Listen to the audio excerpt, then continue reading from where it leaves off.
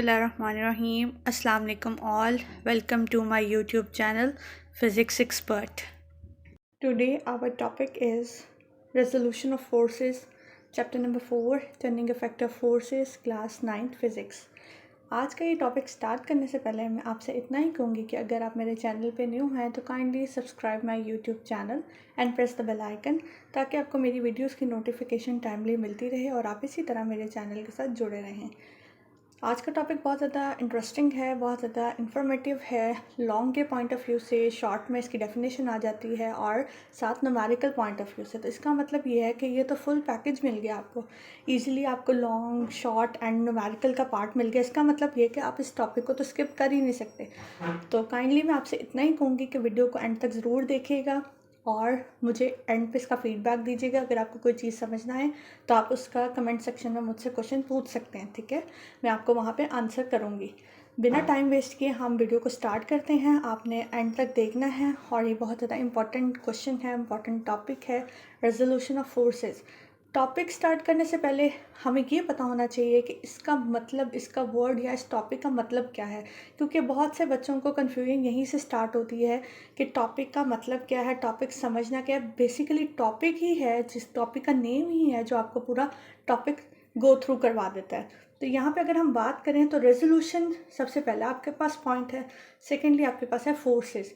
तो फर्स्टली हम देखते हैं रेजोल्यूशन क्या है। रेजोल्यूशन यहाँ पे आपको बता रहा है कि आपने रिजॉल्व करना है, फोर्स को रिजॉल्व करना है। किसको रिजॉल्व करना है? फोर्स को, क्योंकि रेजोल्यूशन ऑफ फोर्स है। सो हेयर आपको पता होना चाहिए कि यहाँ पे फोर्स की रेजोल्यूशन कर रहे हैं हम। तो फोर्स को हम 2 कंपोनेंट्स में डिवाइड करेंगे। क्यों? बिकॉज ऑफ दिस कि जो आपके पास फोर्स है ये आपके पास वेक्टर क्वांटिटी क्या है? Vector quantity. और आपको पता है वेक्टर जो है वो आपके पास मैग्नीट्यूड एंड डायरेक्शन बोथ को एक्सप्लेन करता है। क्योंकि आपको पता है जो वेक्टर क्वांटिटी है वो आपको मैग्नीट्यूड की वैल्यू भी देती है और इसके साथ साथ डायरेक्शन भी बताती है। सो इसी वजह से हम लोगों ने फोर्स को 2 कंपोनेंट्स में रिजॉल्व करना है। एक उसका एक्स कंपोनेंट है और एक उसका वाई कंपोनेंट है, ठीक है। नाउ फर्दर अगर हम देखें तो हमें पता होना चाहिए कि रेजोल्यूशन ऑफ फोर्स में फोर्स की या रेजोल्यूशन ऑफ फोर्स की डेफिनेशन क्या है। तो splitting up a force into 2 mutually perpendicular components is called resolution of forces। यहाँ पे आपको सिंपली ये बताया गया है कि आप फोर्स को 2 कंपोनेंट्स में रिजॉल्व करेंगे। कौन कौन से कंपोनेंट्स हैं? उसके परपेंडिकुलर कंपोनेंट्स हैं। और परपेंडिकुलर कंपोनेंट्स क्या हैं आपके पास? तो सिंपली अगर आपको पता हो तो परपेंडिकुलर कंपोनेंट्स आपके पास डायग्राम में शो किया जाता है, जो आपको डायग्राम डिस्प्ले भी हो रही है कि परपेंडिकुलर कंपोनेंट्स आपके पास परपेंडिकुलर फॉर्म में 90 डिग्री का एंगल बनाते हैं, ठीक है। वो आपके पास परपेंडिकुलर होता है। लेट्स सपोज आपको जैसे पता है कि ट्राइंगल है जिसमें आप पाइथागोरस थ्योरम अप्लाई करते हैं, तो वो आपके पास क्या होता है? परपेंडिकुलर होता है उसकी एक साइड, जिसमें आपने परपेंडिकुलर हाइपोटेन्यूस एंड बेस को डिस्कस किया होता है। So this is perpendicular components like X component and Y component. So now we will start it from the explanation of resolution of forces. So firstly we can say that a force vector F like this is F, and here that shows O and A, but it will be drawn at X and Y component, X or Y axis. Okay, now this is X axis and this is Y axis. Here आपको नज़र आ रहा है कि O A factor F है। Now further draw a perpendicular A B on X axis. Now हमने यहाँ पे परपेंडिकुलर ड्रॉ करना है, ठीक है, और वो परपेंडिकुलर हमने ए बी ड्रॉ करना है। क्या है? A B. So this is called A B and this is perpendicular 90 degree. Okay, now further there is the vector F is divided into 2 components like X component and Y component. So here O to B, this is called Fx, and A to B, this is called Fy. Okay, now X axis component has divided into Fx and Y component will be divided as Fy. So we can say that the resolution of force will be divided into 2 components, Fx and Fy. So according to head to tail rule, head to tail rule आपको पता है कि simply head to tail rule क्या है, और आपने head to tail rule को discuss भी किया, मेरी लास्ट वीडियो भी बनी हुई है। अगर आप में से किसी को कोई प्रॉब्लम हो तो वो वीडियो देख सकता है, उसका डिस्क्रिप्शन में मैं लिंक भी शेयर कर दूँगी, ठीक है। अब यहाँ पे अगर आप हेड टू टेल रूल की बात करें तो हेड टू टेल रूल में आपके पास जो रिजल्टेंट फोर्स होती है, आपके पास रिजल्टेंट फोर्स थी ओ ए, जो आपका एफ वैक्टर था, और वो इसका सम किसके इक्वल था, O B plus A B. अब आपने पीछे देखा था अभी डायग्राम में कि ओ बी और ए बी आपके पास दो कंपोनेंट्स थे। तो ओ बी क्या था आपके पास एफ एक्स, और ए बी क्या था एफ वाई, और आपके पास ओ ए क्या था वेक्टर एफ। तो इसका मतलब ये है कि वेक्टर एफ को आपने दो कंपोनेंट्स में रिजॉल्व किया है, एफ एक्स में और एफ वाई में। अब फर्दर अगर हम इसके मैग्नीट्यूड्स की बात करें, F X and F Y का जो फोर्स का मैग्नीट्यूड है, तो एफ एक्स और एफ वाई किसकी फॉर्म में लिखा जाएगा, उसकी एंगल फॉर्म, उसकी मैग्नीट्यूड फॉर्म क्या है, तो आपको सिंपली पता है।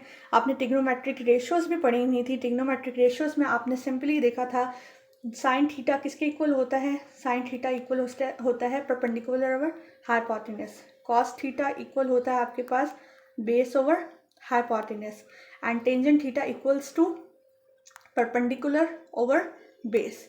तो आप लोगों ने ये टिग्नोमेट्रिक रेशियोज़ देखी थी। इन्हीं टिग्नोमेट्रिक रेशियोज़ को फाइंड आउट करते हुए, इन्हीं टिग्नोमेट्रिक रेशियोज़ को अगर हम देखें तो हम इसमें से एफ एक्स और एफ वाई की वैल्यूज़ निकाल सकते हैं।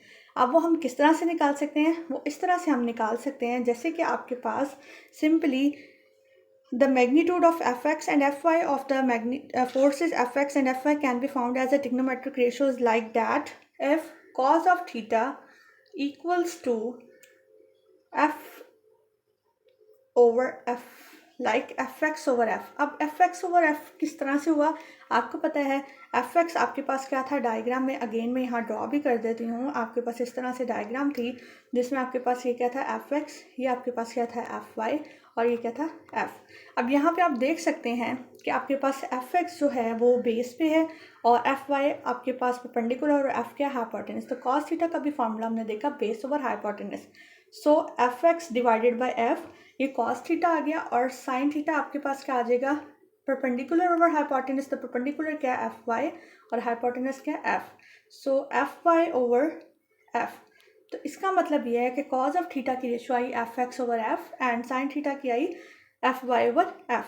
और अगर यहाँ से हम लोगों ने सिंपली एफ एक्स और एफ वाई को निकालना हुआ, जैसे अभी हमने फार्मूला लिखा था cos theta is equals to F X over F, तो अगर यहाँ से हमने कॉस ये एफ एक्स निकालना है तो F X is equals to F cos of theta. Okay, now हमने साइन थीटा निकालना है, तो साइन थीटा के लिए क्या हो जाएगा F Y over F, that will be equals to F Y F sine of theta.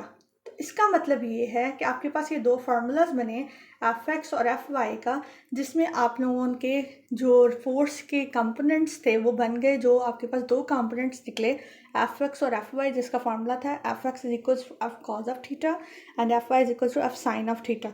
तो बेसिकली ये दो इक्वेशंस आपको परपेंडिकुलर कंपोनेंट्स के बारे में बता रही हैं, उसके फार्मूलाज के बारे में बता रही हैं, और ये किसकी हेल्प से आए, टिग्नोमेट्रिक रेशियोज़ की हेल्प से आए, ठीक है। और उससे पहले हमने पाइथागोरस थ्योरम और इस सब को देखा, और इसके साथ साथ हमने इस चीज़ को एक्सप्लेन किया।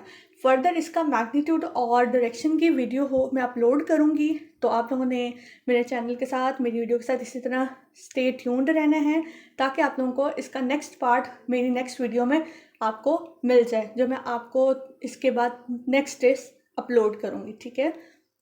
तो मैं लास्टली आपसे इतना ही कहूँगी कि अपना बहुत ज़्यादा ख्याल रखें, और मेरे चैनल की वीडियोस को ऐसे शेयर करें उन बच्चों के साथ जो बच्चों को ट्यूशन का प्रॉब्लम है, जो इस तरह से बहुत ज़्यादा अफोर्ड नहीं कर सकते।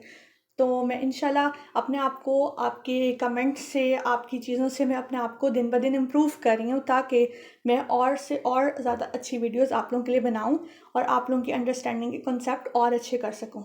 और मेरा इतना ज़्यादा साथ देने के लिए बहुत शुक्रिया। 616 सब्सक्राइबर्स हो गए मेरे, वो आप सब हैं। मेरी एक वाईटी फैमिली बन चुकी हुई है। तो मैं यही कोशिश करूँगी कि मेरी वाईटी फैमिली दिन ब दिन इंक्रीज़ होती रहे, और मैं और ज़्यादा से ज़्यादा अच्छी मेहनत करूँ, और आप लोग मुझे इसी तरह आगे से आगे प्रमोट करते जाएं। Thank you so much. अपना बहुत ज़्यादा ख्याल रखें। अल्लाह हाफ़िज़।